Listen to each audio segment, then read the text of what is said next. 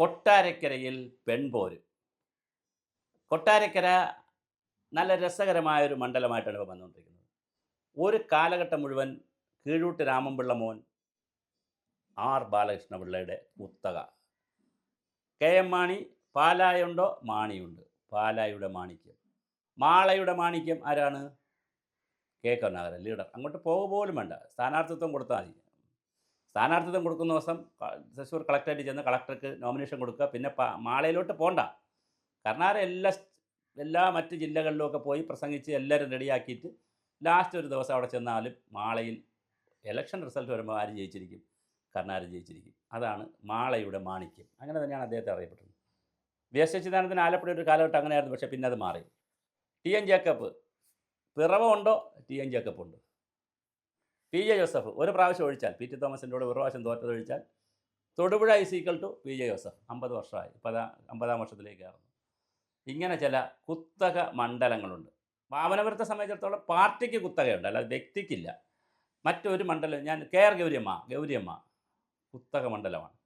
Baby John മരിക്കുന്നത് വരെ കുത്തക മണ്ഡലമായിരുന്നു. അങ്ങനെ കുറേ കുത്തകകളുണ്ട്. അവർ മത്സരിച്ചാൽ കൃത്യമായി ജയിച്ചിരിക്കും. അങ്ങനെ ഒരു മൊത്തം കുത്തകയിൽപ്പെട്ട കീഴൂട്ട് രാമൻപിള്ള മകൻ ആർ ബാലകൃഷ്ണപിള്ളയുടെ മണ്ഡലമായിരുന്നു നമ്മുടെ കൊട്ടാരക്കര. തിരുവനന്തപുരത്ത് നിന്ന് പോകുമ്പോൾ വാളകം ജംഗ്ഷൻ എന്ന് പറഞ്ഞ് ഒരു ജംഗ്ഷനുണ്ട് കൊട്ടാരക്കരയ്ക്ക് 4-5 കിലോമീറ്റർ ഇപ്പുറം. വാളകം ജംഗ്ഷൻ കഴിഞ്ഞിട്ട് തൊട്ടൊരു 1/2 കിലോമീറ്റർ 500 മീറ്റർ പോകുന്ന സ്ഥലത്ത് ഒരു ജംഗ്ഷനിൽ നിന്ന് വലത്തോട്ടാണ് കിടക്കുന്ന റോഡിൻ്റെ ആ ഭാഗത്തൂടെയാണ് ബാലകൃഷ്ണപിള്ളയുടെ വീട്ടിൽ പോകേണ്ടത്. ആർ ബാലകൃഷ്ണപിള്ളയുടെ ഗണേശൻ്റെ കുടുംബ വീട്. തമാശ എന്ന് പറഞ്ഞാൽ സൂപ്പർ ഫാസ്റ്റ് അനുവദിച്ചപ്പോൾ ബാലകൃഷ്ണപിള്ള സൂപ്പർ ഫാസ്റ്റ് അനുവദിച്ച കാലത്ത്, ഫാസ്റ്റ് പാസഞ്ചറൊക്കെ അനുവദിച്ച കാലത്ത് വാളകത്ത് സ്റ്റോപ്പുണ്ട്. പിന്നെ അത് കഴിഞ്ഞ് യഥാർത്ഥത്തിൽ എവിടെ സ്റ്റോപ്പ് വരാൻ പാടുള്ളൂ? സദാനന്ദപുരത്താകാം, അല്ലെങ്കിൽ കൊട്ടാരക്കരയാവാൻ പാടുള്ളൂ. പക്ഷേ ഈ 500 മീറ്റർ അപ്പുറം ബാലകൃഷ്ണപിള്ളയുടെ വീട്ടിൻ്റെ അപ്പുറത്ത് സ്റ്റോപ്പുണ്ട്. അതാണ് ബാലകൃഷ്ണപിള്ള. ഭയങ്കര സംഭവമായിരുന്നു. പക്ഷേ അദ്ദേഹത്തെ മലർത്തിയടിച്ചതാണ് ഐഷ പോറ്റി വന്നിട്ട് അവർ കൊട്ടാരക്കര ബാറിലെ വക്കീലായിരുന്നു, അഡ്വക്കേറ്റ് പ്രാക്ടീസ് ചെയ്യായിരുന്നു. അവർ വലിയ വോട്ടിനാണ് ആരെ മറിച്ചത്? ബാലകൃഷ്ണപിള്ളയെ മറിച്ചത്. അങ്ങനെ 2-3 പ്രാവശ്യം ഒരു MLA ആയിരുന്നു. പക്ഷെ അവരിപ്പോൾ കോൺഗ്രസ്സിലേക്ക് ചേർന്നു. കഴിഞ്ഞൊരു 1.5 വർഷമായി അവർക്ക് ഇപ്രാവശ്യത്തെ MLA സ്ഥാനം കൊടുത്തുമില്ല.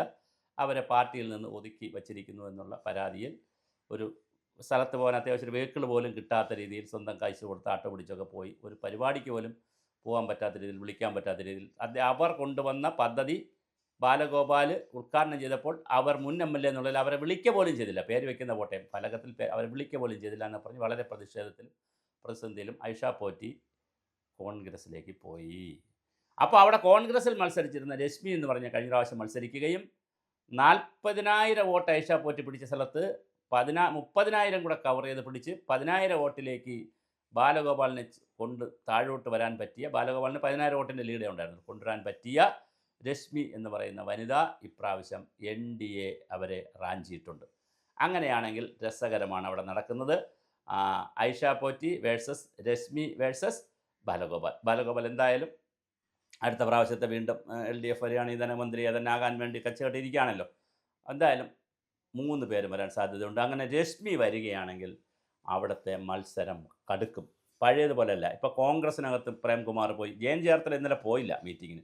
പ്രേംകുമാർ പോയി, ജയൻ ചേർത്തല ചേരുമെന്ന് പറയുന്നു. എ സുരേഷ് മലമ്പുഴ പോയി ചേർന്നു, അവിടെ പുതിയ യാത്രയിൽ ചേർന്നു. അങ്ങനെ ഓരോ സ്ഥലത്തും ഓരോരുത്തരായിട്ട് കോൺഗ്രസ്സിൽ ചേരുന്നു. ഇതിനിടയിൽ നാഷണൽ ഫാർമേഴ്സ് പാർട്ടി എന്ന് പറഞ്ഞൊരു പാർട്ടിയുണ്ട്. അവർ കർഷകരുടെ പാർട്ടി എന്നാണ് പറയുന്നത്. അവർ NDAയിൽ ചേർന്നു. പിന്നെ വേറെന്തൊരു JSS ഫോറം, അങ്ങനെ ഒരു ഫോറം എന്നൊക്കെ പറയുന്നൊരു പാർട്ടി NDA ചേർന്നു. അങ്ങനെ NDAയിൽ ഒരുപാട് പാർട്ടികൾ ചേർന്നു, വ്യക്തികൾ ചേരുന്നു. മൂന്നാറിൽ രാജേന്ദ്രൻ ചേർന്നു, വലിയ കിടുവായിട്ട് അവിടെ ബഹളം ഉണ്ടാക്കിയിട്ടുണ്ട്. അപ്പോൾ അങ്ങനെ വളരെ വ്യാപകമായ രീതിയിലാണ് 3 മുന്നണിയും ഇഞ്ചോടിഞ്ച് പയറ്റുന്നത്. അതുകൊണ്ട് തന്നെ കൊട്ടാരക്കര മണ്ഡലം ഇപ്രാവശ്യം സംസ്ഥാന അടിസ്ഥാനത്തിൽ ശ്രദ്ധിക്കാൻ പോകുന്ന മണ്ഡലമാണ്. ഒന്നാമതായി ശ്രദ്ധിക്കുന്ന കാര്യം ഐഷ പോറ്റി അവിടെ മത്സരിക്കും. അപ്പോൾ ഐഷ പോറ്റി ജയിക്കുമോ? രണ്ടാമത്തെ കാര്യം, രശ്മി എന്ന് പറയുന്ന BJPയുടെ കാൻഡിഡേറ്റ് അവിടെ വരുന്നു. കോൺഗ്രസിൻ്റെ ആളായിട്ടുള്ള രശ്മി BJP കാൻഡിഡേറ്റായിട്ട് വരുന്നു. ഒരു കാര്യം ശരിയാണ്, കഴിഞ്ഞ കാലത്തെ അപേക്ഷിച്ച് രശ്മി വോട്ട് പിടിക്കാനുള്ള എല്ലാ സാധ്യതയുമുണ്ട്. അങ്ങനെയാണെങ്കിൽ ബാലഗോപാലിൻ്റെ കാര്യം 8ൻ്റെ നിലയിൽ പൂട്ടും. ഐഷ പോറ്റി വലിയ കൃത്യം ഭൂരിപക്ഷത്തിന് ജയിക്കാനുള്ള സാധ്യതയാണ് കൊട്ടാരക്കരയിൽ കാണുന്നത്. അപ്പോൾ കൊട്ടാരക്കരയിൽ ഐഷ പോറ്റിയുടെ സമയം കൊള്ളാമോ എന്ന് പറയേണ്ടത് രശ്മിയുടെ സമയം കൂടെ വച്ചിട്ടാണ്. രശ്മി എന്തായാലും കോൺഗ്രസിൽ നിന്നാൽ സീറ്റ് കിട്ടാൻ ഒരു സാധ്യതയില്ല, ഐഷ പോറ്റിക്കാണ് സീറ്റ്. അങ്ങനെ അല്ലെങ്കിൽ ഐഷ പോറ്റി മത്സരിക്കാതിരിക്കണം. അവർ പക്ഷെ മത്സരിക്കാനാണ് സാധ്യത വളരെ കൂടുതൽ. അങ്ങനെ ഐഷ പോറ്റി അവിടെ മത്സരിച്ചാൽ സ്വാഭാവികമായിട്ട് രശ്മി അവിടെ നിന്ന് മാറിയാൽ, രശ്മിയെ NDA BJPക്കാർ കൊണ്ടുപോയാൽ, അവിടെ BJP കാൻഡിഡേറ്റായിട്ട് രശ്മി വന്നാൽ വളരെ രസകരമായ കൗതുകകരമായ ഒരു പൊളിറ്റിക്കൽ ഫൈറ്റ് തന്നെയായിരിക്കും കൊട്ടാരക്കരയിൽ നടക്കുന്നത്. രാമൻപിള്ളയുടെ മകൻ ബാലകൃഷ്ണപിള്ളയുടെ ബാലകൃഷ്ണപിള്ളയുടെ തട്ടകം ഇനി രശ്മി കൊണ്ടുപോകുമോ അതോ ഐഷ പോറ്റി നിലനിർത്തുമോ? ഇന്നത്തെ സാഹചര്യത്തിൽ അപ്പർ എഡ്ജുള്ളത് ഐഷ പോറ്റിക്കാണ്. ബാലഗോപാലിനേക്കാൾ അപ്പർ എഡ്ജ് ജനങ്ങളുടെ ഇടയിൽ ഐഷ പോറ്റിക്കുണ്ട് എന്നുള്ളതാണ് കൊട്ടാരക്കരയിൽ നിന്ന് വരുന്ന റിപ്പോർട്ടുകൾ. കാരണം അതേസമയം ഒരു ഇടതുപക്ഷ മനസ്സും ഉണ്ട് അവിടെ.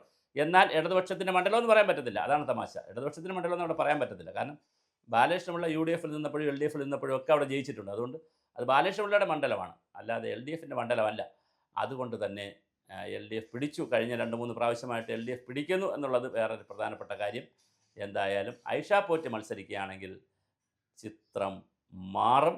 തീർച്ചയായിട്ടും ഐഷ പോറ്റി ജയിക്കാനുള്ള സാധ്യതയാണുള്ളത്. പക്ഷേ അതിശക്തമായ മത്സരമായിരിക്കും രശ്മി ഉയർത്തിക്കൊണ്ടുവരുന്നത്. കാരണം അവർ കോൺഗ്രസിൻ്റെ സ്ഥാനാർത്ഥിയായി അവിടെ മത്സരിച്ചവരാണ്. അവർക്ക് മണ്ഡലമാരും പറഞ്ഞു കൊടുക്കേണ്ട കാര്യമില്ല. അവർ നന്നായി BJP കാൻഡിഡേറ്റ് ആയാൽ രസകരമായിരിക്കും. അപ്പോൾ തിരുവനന്തപുരം ജില്ലയിലും ഇത്തരം ചില കൗതുക മണ്ഡലങ്ങളുണ്ട്. കൊല്ലം ജില്ലയിലെ ഏറ്റവും കൗതുകമുള്ള ഒരു മണ്ഡലമായി മാറാൻ പോവുകയാണ് കൊട്ടാരക്കര.